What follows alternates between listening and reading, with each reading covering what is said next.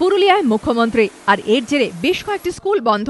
সোমবার পুরুলিয়ার জেলা পরিষদের অফিসে প্রশাসনিক বৈঠক করেছেন মমতা বন্দ্যোপাধ্যায়। মঙ্গলবার বাঘমুন্ডিতে করবেন জনসভা। মুখ্যমন্ত্রীর এই সফরকে ঘিরে একদা মাওবাদী উপদ্রুত পুরুলিয়ায় কড়া নিরাপত্তার ব্যবস্থা করা হয়েছে। রবিবার রাত থেকে নিরাপত্তা কর্মীরা থাকছেন স্কুলে, আর তার জেরে বাঘমুন্ডি, বলরামপুর ও পুরুলিয়া মফস্বল থানা এলাকার 10টিরও বেশি স্কুলে পঠন পাঠন বন্ধ, এমনটা জানিয়েছে স্কুল কর্তৃপক্ষ। তাদের দাবি, স্থানীয় প্রশাসনের নির্দেশে তারা সোম এবং মঙ্গলবার স্কুল বন্ধ রাখার সিদ্ধান্ত নিয়েছেন।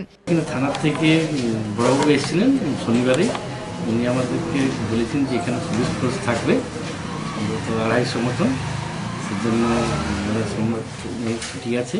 যদিও আমাদের 11-এর রেজিস্ট্রেশন আমরা এসেছি আর কি। পড়ুয়াদের দাবি, স্কুল যে বন্ধ থাকবে সেটা আগে থেকে জানানো হয়নি। পুলিশ ফোর্স থাকবে তার জন্যই বন্ধ দিয়েছে। কদিন বন্ধ থাকবে? 3 দিন।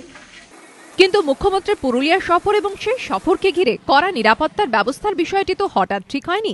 তাহলে নিরাপত্তা কর্মীদের থাকার জন্য কেন অন্য কোনো ব্যবস্থা করা হলো না?